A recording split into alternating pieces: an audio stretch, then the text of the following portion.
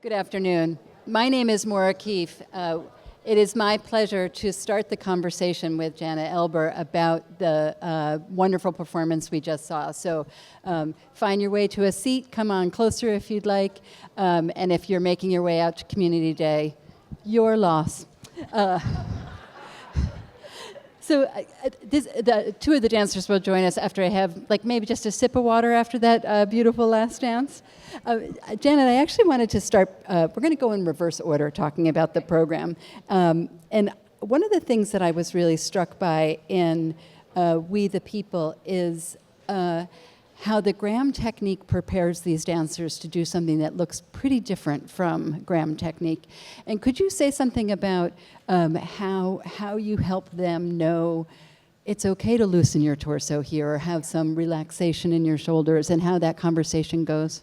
Yeah, I mean, we've been commissioning new works for probably 15 years now, and our dancers have really become multilingual.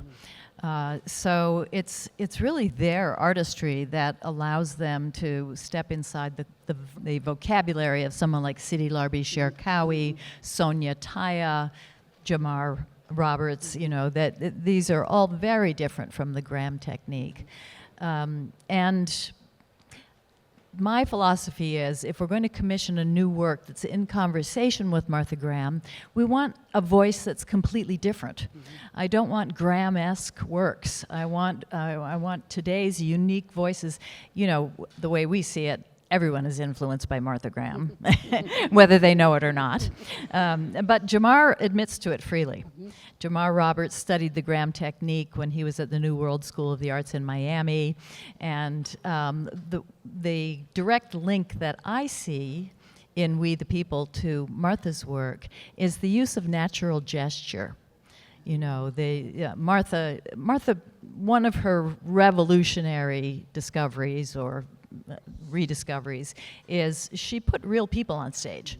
You know, not swans or flowers or gods and goddesses from other cultures, but real people.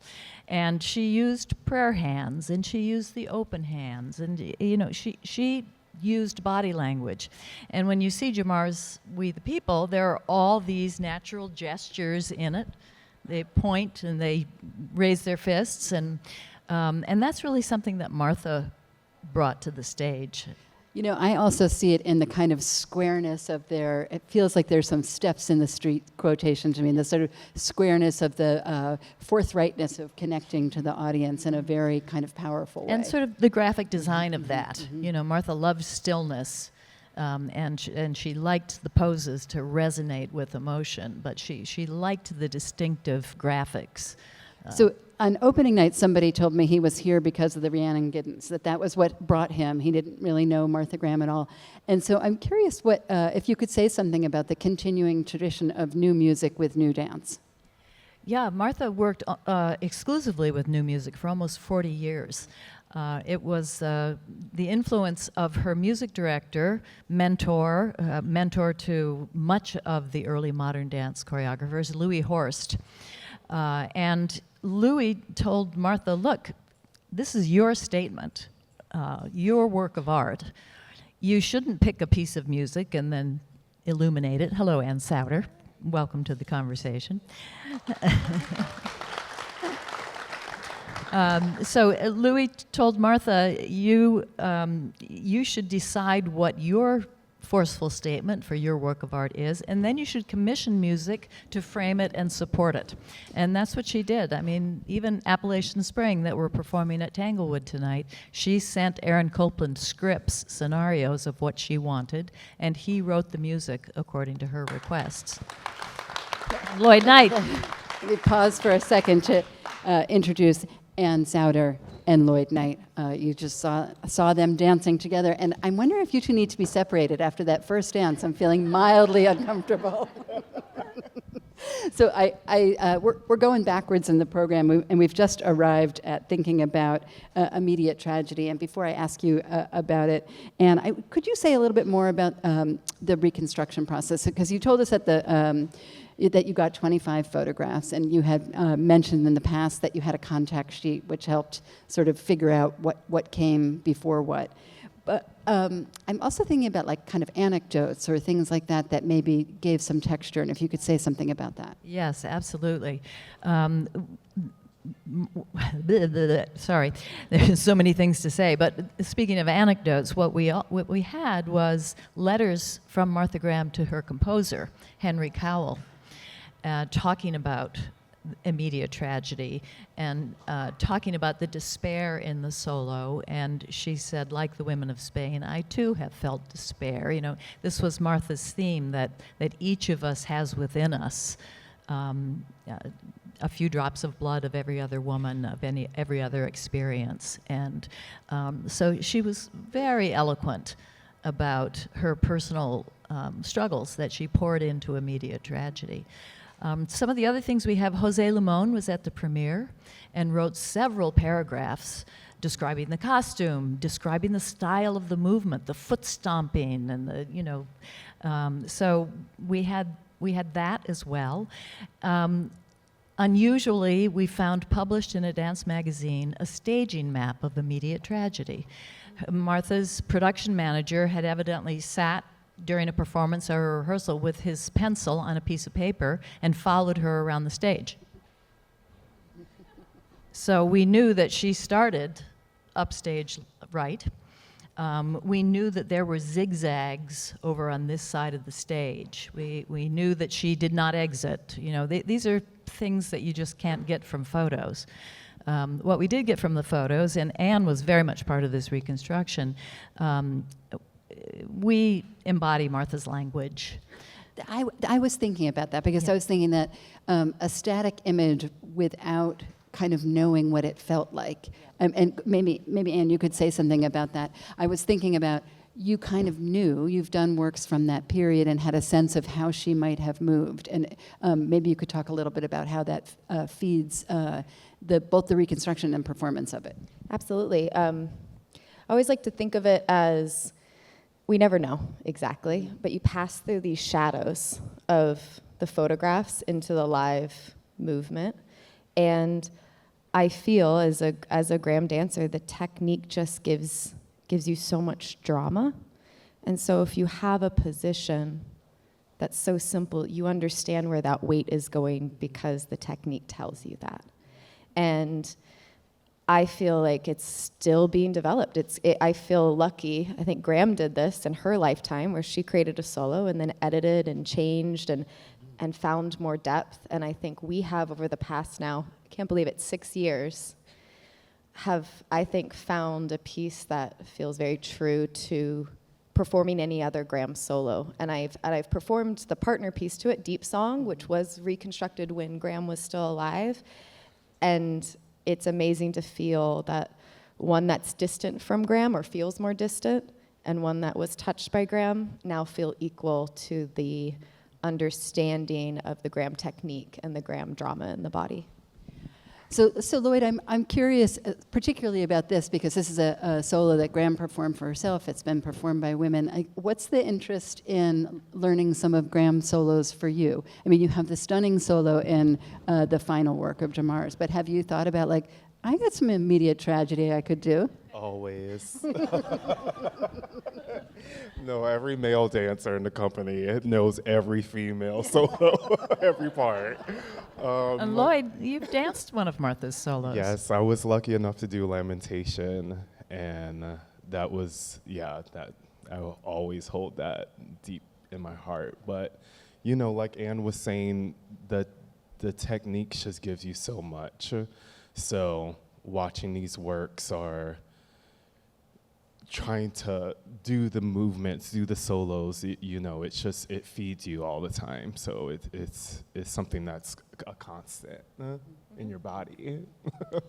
So I want to ask about En Masse. I was thinking, Janet, we had a conversation a few years ago when you were talking about the reconstruction process of Lamentation, and it was you and Peggy Lyman, both tall women, Martha, 5'2", I think at her, tiptoes, and that you said that she was pretty willing to adjust for who the dancers were, but different from today, we don't necessarily think of Graham encouraging the dancers to kind of participate in the making of a dance, although she was always willing to deal with who was in the room. So I'm thinking about working with Hope Boykin and the way the dancers now are particularly trained to kind of contribute. And if you could talk a little bit about the difference between reconstruction, it's set, we can learn from people who have done it, who have oral histories, to something that's new, and just the difference in the way you maybe approach it as dancers. Especially with Hope's piece in particular. I mean, I think it's funny you say that. You still step into any dance piece and hasn't every step been, done before. And I think Hope holds such a beautiful history of her background of modern dance with Ailey, and she brought that into the work so that we can understand her lineage. She would name names. This is the Matthew Rushing. This is the Patrick Coker. This is my lineage I'm bringing into the Graham space, so that we were able to connect with it. But then I think with any new work, you learn a new language, you articulate that language, and then us as a company, that's what the beautiful part about being a company, we make it into something that feels very genuine to us, as well as doing, and speaking this new language of hope. But it is different. It's a different technique that you have to approach. I mean, from seeing her work in the past, her company and choreography, and then working with her here at Graham, I started calling her the spirit of dance, because I think that's what she really emphasizes, and that's what I get the most out of her movement vocabulary. It's just these stories behind the movement and the feelings that it gives you, just like Graham, for example. I mean, I was talking behind your back about how beautifully you were dancing in We the People, and how there's a kind of different looseness that Roberts has asked of you, but that it's also still Graham. So do you feel that negotiation between the kind of Ailey legacy and Graham in your bodies while you're doing it? I think more than anything, it's just not even Ailey, it's Jamar. And Jamar has trained in Graham, and he has all these different genres in his body, and what he gives you and the feedback that it gives you while you're trying to dance it, that's the answer, and that's what we feel. And it's not just movement for movement's sake. I also feel that Jamar, one thing, the connection between Graham, he asks for realness, especially that last section. The gesture is very familiar, and I think Graham did the same. She gave us very familiar gestures that shows the pain and the depth. And so then in Jamar's, I think for the Graham dancers, we're like, yes, this feels totally different physicality, but the simplicity of the gesture that Jamar gave us, he saw us as Graham dancers and pulled, I think, our strength in that choreography. Okay, Night Journey, my goodness. Not light summer fare to open an afternoon here at the Pillow. But, I've been thinking about this, and like everybody on the stage, we've been thinking about this dance for a long time. And I've been contemplating something about the distance from when it was made, and if we have a new kind of appreciation for it. And if you could say something about that. Yeah, absolutely. I think sort of the older, the amount it's aged, I'd say in the last 25 years, has brought fresh eyes to it. In general, mid-century modern has been revived. We see the furniture store Design Within Reach, and when I announce Isamu Noguchi, people know, oh, they know who Noguchi is. And so that certainly has opened the doors, opened audiences' eyes to look at Night Journey as a piece of modernist art. When that curtain goes up on that set and the shaft of fabric that represents the light of truth on the stage, the remarkable bed that is half man, half woman, it's genius. And it went from being old stuff 25 years ago to being genius, I'd say.